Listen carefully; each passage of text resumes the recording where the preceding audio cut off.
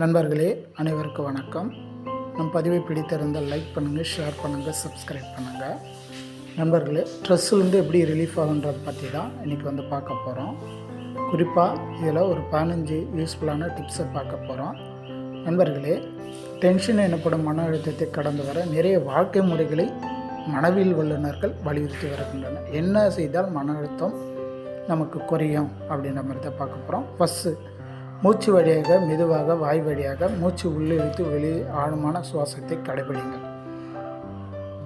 Mind ஃபுல்லாக தியானம் எனப்படும் கடந்த நினைவுகளை விடுத்து தற்போதைய தருணத்தில் மைண்டு கவனம் செலுத்துங்கள். கலங்கிய மனதை தெளிவுபடுத்த அந்த இடத்தை விட்டு நகர்ந்து வெளியே ஒரு சிறிய நடைப்பயிற்சியை மேற்கொள்ளுங்கள். உற்சாகம் தரும் என்ட்ரோஃபின்களை வெளியிட யோகா அல்லது ஜாக்கிங் போன்ற வழக்கமான உடற்பயிற்சிகளை செய்யுங்கள். மன அழுத்தத்தை ஹார்மோன்களை கட்டுப்படுத்த உதவும் வகையில் ஒவ்வொரு இரவும் 7-8 மணி நேரம் ஆரோக்கியமாக தூங்குங்கள். இது முக்கியமான ஒரு பழக்கம். சமச்சீர் உணவு முறையில் முழு உணவுகள், பழங்கள் மற்றும் காய்கறி நிறைந்த சத்தான உணவுகளை உண்ணுங்கள். தயவுசெய்து ஃபாஸ்ட்ஃபுட் உணவை தவிருங்கள்.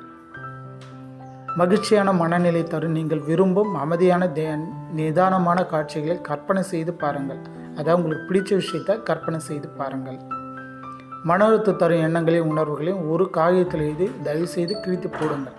சரியா? இந்த காகிதத்தை கிழித்து போட்டால் என்ன அப்படின்னு நினைப்பீங்க. கண்டிப்பாக நம்ம மனசு ரிலாக்ஸ் ஆகும். உங்கள் நம்பிக்கைக்குரிய குடும்ப உறுப்பினர்கள் அல்லது நண்பர் ஒருவருடன் உங்கள் உணர்வுகளை பகிர்ந்து கொள்ளுங்கள். சரிங்களா? யாராக இருந்தாலும் உங்களுக்கு பிடிச்சவங்ககிட்ட பேசுங்க, மனம் விட்டு பேசுங்க. உங்களை போன்ற மன அழுத்தங்களை அனுபவிக்கும் மற்றவர்களுடன் இணைந்து கருத்துக்களை பகிருங்கள். அப்போ தான் ஒரு என்ன முடிவு அப்படின்னு நமக்கு தெரிய வரும். டென்ஷன் தரும் அத்தியாவசிய பணிகளிலிருந்து கவனம் செலுத்தி அவற்றை நிர்வகிக்கக்கூடிய பகுதிகளாக பிரித்து நேர மேலாண்மை செயல்படுத்துங்கள். சரிங்களா? இதை ஞாபகம் வச்சுக்கோங்க. தேவையற்ற செயல்களுக்கு வேண்டாம், இல்லை, நோ என்று மறுக்கும் உறுதியுடன் இருங்கள்.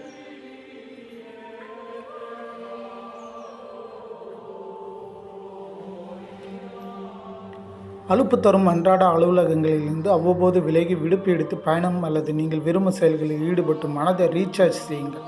கண்டிப்பாக ஒரு முக்கியமான பழக்கம். மன நோக்கெடுக்க எதிர்மறை மனிதர்களிலிருந்து விலகி இருங்கள். அவசியமில்லாத பேச்சுக்களை உறுதியாக புறக்கணியுங்கள். அவசியம் ஏற்பட்டால் தயங்காமல் உங்கள் மனதுக்கு எனர்ஜி தரும் வழிமுறைகளை பரிந்துரை செய்து வழிகாட்ட நல்ல மனவியல் நிபுணர் உதவியை பெறுங்கள். நண்பர்கள், நன்றி, வணக்கம் நண்பர்கள்.